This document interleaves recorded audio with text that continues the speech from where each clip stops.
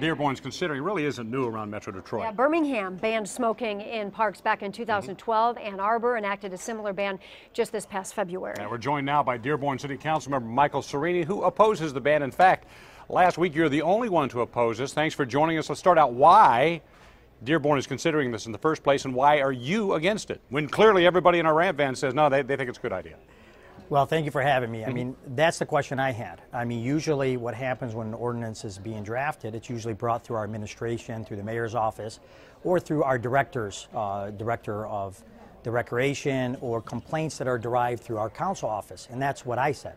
Not one complaint did come through our council office. Not one complaint was voiced at any of our meetings. No matter a complaint about smoking in the parks.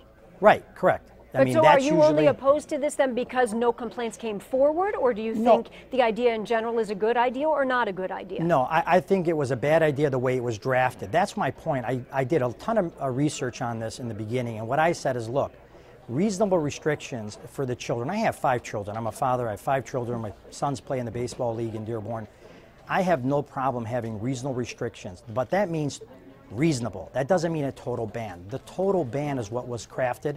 I could not get any of my colleagues to see what I saw in other ordinances, which had a buffer 25 feet from the next gathering, 25 feet from a playscape and a ballpark, a baseball area. That's what I was looking for, something reasonable. I don't see a problem with a person sitting, a quarter mile, down underneath reading a book and smoking a cigar, which I pointed out. I made those arguments, and I didn't see any reason why it should be intrusive. The residents of the city have so many other things that are their concern to them.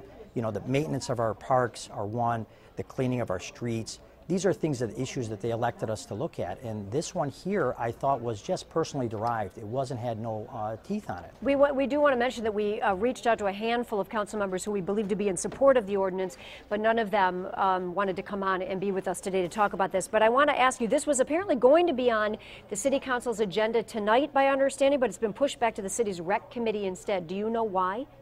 Yeah, I mean, my opinion was pushed because they don't want to vote no on it. There's too much. I really thank the media for putting the publicity. I mean, you shouldn't change your stance and your opinion based on news media. If you believe in it, you should be able to stand right up and say, this is why, and vote for it. But what they did by sending it to the Rec Commission, what that does, it pretty much kills it. It goes to the Rec Commission, comes back with a recommendation that we just receive or file, or it comes back new.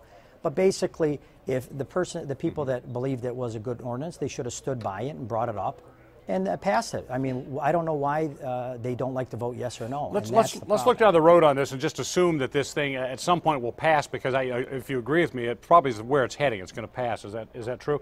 That being the case, how would you enforce it? Would it include things like e-cigarettes, which are all popular these days? Give us a peek into what's going to happen with this thing. Well, that's what's unique. I mean, in our role as a council, when we formulate the ordinance, the enforcement issue handles with the mayor and administration. We did ask them that. We said, how's this going to be looked at? They said, well, in the major parks where we have park rangers, they're going to go ahead and have them enforce it. But mainly, he said on the record that it was going to be based on derived by complaints. So if someone would complain, they'd come out. But like I said, no data was supporting that this was something that was wanted by any residents or by our rec department. None of our recreation department came on to our meeting and said, we have a lot of debris, we have a lot of issues with this, we're having unnecessary fires or hazards. None of this was brought on. I didn't understand why it was being brought forward. Well, Michael Sareini, we will stay on top of it certainly and keep us posted. Thanks so much for talking about it today. My pleasure. Thank you.